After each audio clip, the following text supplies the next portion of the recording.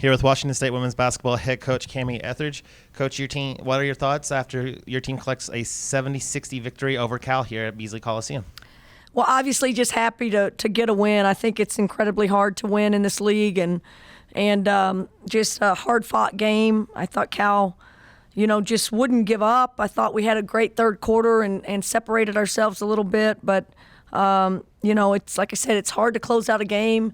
I think especially still with our team with a little bit of a hangover and not certain of certain things, or not able to finish some of the shots that we're getting. I just think that's going to be the next big growth if we can start finishing some of these real good looks that we're getting at the basket. But can't complain. Thought the second half was just good on both ends of the floor, and it's good to see Charlize shoot the ball good again, and again, just happy to get a win in this league. All right, we'll open the floor for questions. Go ahead, state your name and organization. Andrew Quinn, Creme 2. Coach, coming out of the half there, what was the message to kind of rejuvenate your team a little bit? You came out, you got on that 17-4 run. Just what was the message? And on both ends of the floor, really, you were able to hold them to just 36%, and then you guys were 10 of 16 in that quarter specifically. What was the message? Well, I thought we started the game really well, and then at the media timeout, we have a lead, I think, and then we don't score a field goal the rest of the quarter, and that just seems to be us. We liked our start, then we had some turnovers, and then we missed some bunnies, and and just don't have that rhythm yet to keep putting points on the board. Scoring 12 a quarter is always going to hurt you. Didn't follow it up with a great quarter either. Just kind of had a lull again in the second quarter. So, we really thought we could score in the post. We thought we had some mismatches and were able to score there. And just had some good looks, real specific about what we were looking for, called people's numbers, and thought we got really good looks there and continued to play the defense that we wanted. Seems like it should be easy. Seems like you should be able to just carry that through and never miss a beat and constantly get the right people the right shots. But the game gets messy and chaotic, and you have to play well in that chaos. And again, I thought we did better in the second half doing that, but still not quite the level that we need to. Probably the Charlize we're used to seeing today. Obviously, 2 flights to New Zealand. There's a lot of jet lag there. But what did you see from her? How was she able to be more comfortable today on both ends of the floor yet again? Well, Charlize isn't worried about her game, and I'm not worried about her game, and her teammates aren't worried about her shooting. Like, we know it's going to come back, and the game is way bigger than just shooting the ball. But clearly, she's a dynamic scorer and can score in a lot of different ways. And when she gets, all levels, I guess, scoring at all levels. And some of those threes, those just pop your feet and get it off. I think she made that early in the game, which was big. And her shooting percentage, obviously, a lot of times she gets 25, but sometimes it's out of a lot of shots. So this is a nice night where she's 50% from the field and gets 25. So, again, but she's not someone you have to worry about. She's getting in the gym. She's getting extra shots. And we've been watching it all year. And we saw it in the preseason. Her shooting percentage was almost 50% and well over 40 in 3. And it dipped because she was gone about 25 days, and didn't shoot the ball and didn't play at this level. So I don't know anyone that could leave for that many days and not skip, feel the effects. So got to be happy that she's just back for good, and I think she'll get in a good rhythm and get back to exactly this, I hope, on a nightly basis. And then your backup bigs coming off the bench, Lauren and Jessica both had big stretches for you, Lauren in the first quarter and Jessica in the third. Just what can you say about their development and being able to give Bella some rest even today when she's in foul trouble? Right.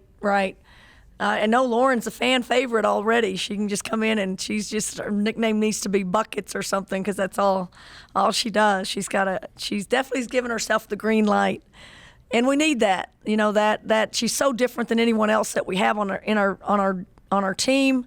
Her length, I think, can be a concern for people that's different than who guards them. The depth is really the big key for us, to have people that can put play both sides of the ball is really key for us. She just needs more time to really know how to play with everybody and know the plays and make sure she's in the right spot. But love that aggressive mindset to score the basketball. And Jess, her coming out party was Oregon, so we just have to keep her on a good pace. Again, different than Bella, so it's just a nice little cushion that we have to have three players that can step in and be real different than what they have to do for each one, defending each one. I think that makes us harder to guard. I thought Jess's third quarter was really good. I don't know about the first half, but her third quarter was really good, and we needed that at that time when we were trying to hold them off. And we saw a lot of AT's jumper when Charlize was gone, but today she had 4 phenomenal assists. She was able to hit Charlize on a couple back cuts. Just what can you say about her, and how comfortable are you having her kind of patrol the offense, even with Charlize out there right now? Really comfortable. I think she is, in my mind, she's a starter. I mean, it's nice to have 6 starters, at any time, and she's playing the minutes of a starter. Again, she can do everything in the game. She guards good. She's got a great IQ and knows scouts. Her ball handling, that was a left-hand pass that she made on that back cut play out of the flow, not called, just something that they hooked up with and made a good play, both Charlize and AT.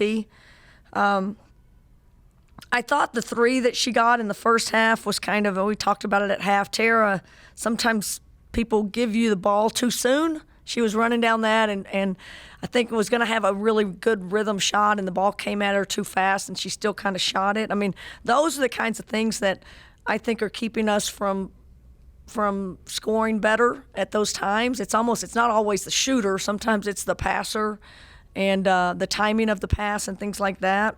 But love her game, love her decision making, and again, shot selection too. I think every shot she takes is right on in the shots she should be taking. Sam Taylor, Daily Evergreen. For Tara Wallach, she had a plus-minus on par with Charlize, and you spoke to her decision-making. What kind of things has she done in practice to build and grow on that decision-making? Yeah, I mean, again, I think Tara's still that player that has a lot of room to grow. And, she's long and tall, and that makes her, little guards can get up underneath her and pressure her and create some problems. Sometimes when you're in high school, all that, you're long and tall and you're not passing very much. So passing is such a little man's game sometimes. Good guards are supposed to be really good passers. So those areas I think will only get better for her. Not that she's bad in either of them. It's just, you can never get good enough at ball handling. You can never be good enough of a passer. She missed a couple of bunnies, I felt like, in the first half that could have gotten us a lead at the start when we posted her up, and that's another area.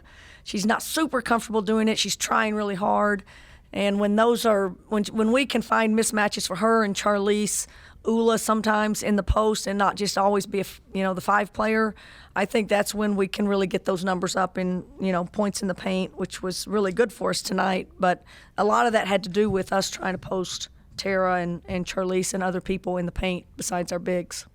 And when Cal got close, within I think 6 points late in the fourth, what did you see from your team's focus and to not let that get any worse? Right. Well, I mean, that was an example of Tara got trapped and kind of made a bad decision. I thought I liked some of our decision making on when we beat the press. We attacked them and scored easy instead of holding the ball. I think we've done that in the past, and it's hurt us. So I want us to be aggressive if we can break a press and continue to score. But I have a lot of confidence. I don't panic on calling timeouts. I think we can manage presses, and I think we've shown that we weather, runs, and someone's getting the momentum, and it looks like we're panicked. And I want to be the coach that stands over there and goes, "We're fine. Get the ball up and run a good set." And I thought we really did that. We had a couple of really big baskets late in the clock, found people with their aggressive pressure, and got layups that kept them, 5 and 6 points away from us. And what were your thoughts on the crowd tonight? Lots of kids in attendance, and then signing autographs at the end. What does that do for your team? really appreciate it. Camille Williams on my staff, I think she stole it from Idaho. I think they did a marketing thing for a golden ticket for them. And we came back with the crimson ticket and tried to, and then Matthew Smith, another one on my staff, they sent that and it got people in the door. Some, kids got in free, parents had to pay, I think, and it was just, and then they got something to eat a little bit cheaper. Great idea. Great. Thank you for our marketing for letting us do that. We really believe that if we can get kids a few times, if we can get the parents a few times, they'll learn and they'll become great fans. And obviously, in a small community, we need kids here. We need them. We want those kids looking up to our kids, going, "I want to be that." I think, and one of my assistants was looking at some kids, going, "I think they're AT. I think they love AT. Look at them. They pick the players that they like, and it's big for us in this community to be role models and to take that seriously. So it's great to get those kids here. We got to get them back. Appreciate those parents. Appreciate our university taking care of us a little bit, and then my staff that did a great job of coming up with the idea and doing the legwork. So, I love the fans. I thought Friday's game was amazing, and we got to keep getting these. We got one more weekend, so we got to get some people out for that senior weekend. And parents come in. It's emotional. You just can't imagine. We're at the end of our season, and these are the last times that they'll be in the white uniform here in Beasley. So these are big weekends, and the opponent is just a monster no matter who it is, and I try to keep them out of my mind until it's time to prepare for them. And looking across the season, we're approaching the end. What has been your favorite, one of your favorite moments of this season? Well, again, I think you think of the things that you haven't done, and these teams have experienced. And the win at Arizona was huge, and the excitement for our team was amazing. And the win at Oregon, I think those two, Oregon State, throw that in there, that weekend was amazing. And you work so hard, and I know wins. It's just so hard to. Losing is hard, and it devastates us all. Winning is amazing, and you know how much work you've put into it. But to see the excitement of teams that, again, winning at Oregon's, no one expected that, and then to win at Arizona was a big win for our program. But we want to do more things. We want to be playing, and we've got bigger challenges and another ranked opponent or two coming up, so we got to get ready for that and then keep building some special memories for these guys that are on our team, and then certainly the seniors that we want to give them the best senior season ever. Coach, we appreciate your time. Congratulations on your 150th career victory and the win today against Cal. Until next time, go Cougs. Great. Thanks, everybody. Go Cougs.